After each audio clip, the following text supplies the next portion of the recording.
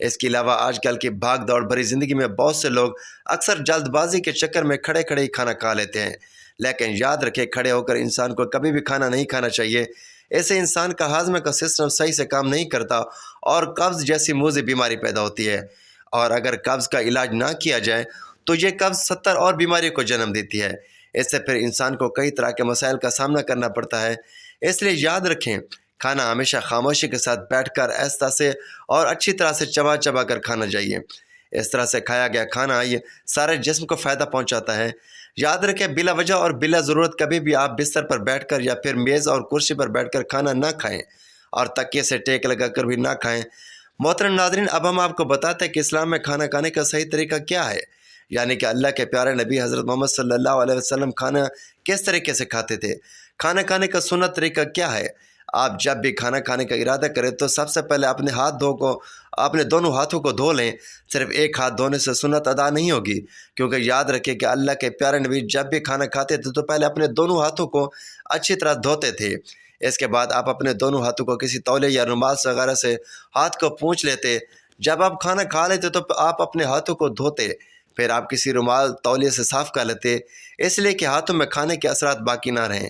کھانا کھاتے وقت آپ بھی اس بات کا ضرور دھیان رکھیں کہ کھانا کھانے سے پہلے آپ اپنے دونوں ہاتھوں کو ضرور دھو لیا کریں۔ اس کے علاوہ آپ جب بھی کھانا کھانا شروع کریں تو پہلے بسم اللہ الرحمن الرحیم پڑھ لیں، اور ہمیشہ بسم اللہ پڑھ کر کھانا شروع کریں، اور بسم اللہ بھی بلند آواز میں پڑھیں تاکہ جو دوسرے لوگ ہیں جن کو بسم اللہ پڑھنا بھول گیا تھا یاد آ جائیں، اور وہ سب لوگ بھی بسم اللہ الرحمن الرحیم پڑھ لیں۔ حدیث شریف میں آتا ہے کہ جو شخص کھانے کے شروع میں بسم اللہ پڑھنا بھول گئے تو کھانے کے دوران جس وقت یاد آ جائے تو اس وقت پھر یہ دعا پڑھ لیں، بسم اللہ اولہ و آخرہ۔ اس کے علاوہ آپ کھانا کھاتے وقت اس بات کا بھی ضرور دھیان رکھیں کہ آپ کھانا ہمیشہ دائیں ہاتھ سے کھائیں، بائیں ہاتھ یعنی کہ الٹے ہاتھ سے کبھی بھی آپ کھانا نہ کھائیں۔ کھانا کھاتے وقت آپ اپنا بایاں پاؤں بچھا دیں اور دایاں پاؤں کھڑا کر دیں۔ اگر کسی بھائی کو بہت زیادہ کمزوری ہے، وہ اس طرح سے نہیں بیٹھ سکتا، تو پھر دوسری طرح بھی بیٹھنے کو کوئی حرج نہیں۔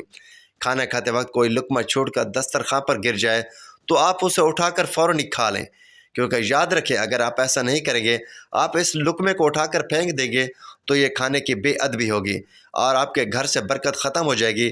اس کے لیے آپ کی یہ غلطی کبھی بھی نہ کریں۔ اس کے علاوہ یہ بھی ضرور یاد رکھیں کہ آپ جب بھی کھانا کھائیں بہت زیادہ گرم کھانا نہ کھائیں، نہ کبھی کھانے کو سونگھیں اور نہ ہی کبھی کھانے کو پھونک ماریں، یعنی پھونک مار کر اس کو ٹھنڈا نہ کریں۔ کھانا کھانے کے بعد صابن لگا کر اپنے ہاتھوں کو دھونے میں بھی کوئی حرج نہیں۔ اس کے علاوہ کھانا کھانے کے بعد شکرانے کے طور پر اللہ سے دعا بھی مانگیں۔ حاضرین کے لیے خیر و برکت کے لیے دعا بھی ضرور کریں۔ اس کے علاوہ یہ بھی یاد رکھیں کہ آپ کبھی بھی سونے اور چاندی کے برتنوں میں کھانا نہ کھائیں، کیونکہ سونا اور چاندی کے ایک برتن میں کھانا کھانا جائز نہیں۔ کھانا کھاتے وقت ایک بات کا دھیان رکھیں، آپ ہمیشہ بیٹھ کر ہی کھائیں، کیونکہ یہ بھی ہمارے پیارے نبی حضرت محمد صلی اللہ علیہ وسلم کی سنت ہے، اور ایسا کرنا صحت کے لیے بہت فائدہ مند ہے۔ یعنی کہ بیٹھ کر کھانا کھانا ہماری صحت کے لیے بہت ہی اچھا ہے، اور آپ کھانا کھاتے وقت کھانا اتنا ہی کھا لیں جتنا آپ کھا سکتے ہیں۔ اس کے علاوہ آپ یہ بھی یاد رکھنا کہ آپ جب بھی کھانا کھانے بیٹھیں تو پہلے آپ تھوڑا سا پانی ضرور پی لیں۔ ایسا کرنا آپ کی صحت کے لیے بہت فائدہ مند ہے۔ کھانا کھا کر آخر میں بھول کر بھی پانی نہ پئیں، کیونکہ کھانا کھانے کے بعد پانی پینا ایسا ہے جیسے کینسر کو آکسیجن مہیا کرنا۔ اس کے بعد آپ کھانا کھانے کے تقریباً 1 گھنٹہ بعد ہی پانی پئیں۔ جن لوگوں کو کھانا کھانے کے فوراً بعد ہی پانی پینے کی عادت ہے ان کو ایسا کرنے میں تکلیف ضرور ہوگی، لیکن پھر ایسے لوگوں کو اس کی عادت ہو جائے گی، اور پھر ان کو ایسا کرنے سے بہت سارے فائدے بھی حاصل ہوں گے۔